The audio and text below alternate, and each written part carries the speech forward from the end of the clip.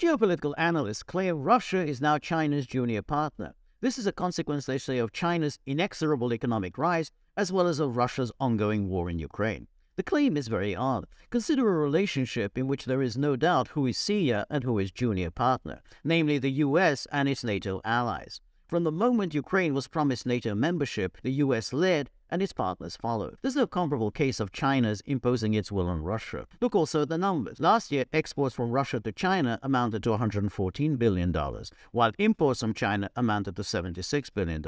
So Russia, unlike most countries, runs a healthy trade surplus with China. Consider GDP numbers.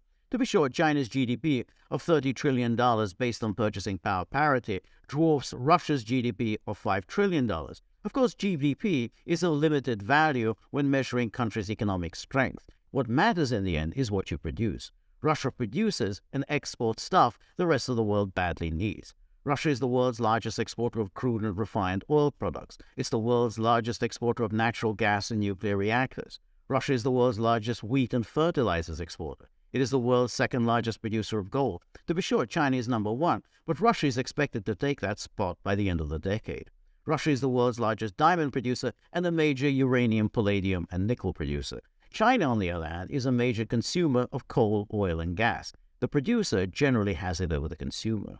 Russia's military is much bigger than that of China, and Russia possesses the largest nuclear inventory in the world. However, the most important reason why Russia is not China's junior partner is that it is Russia, not China, that's taking on the full might of NATO and its global allies.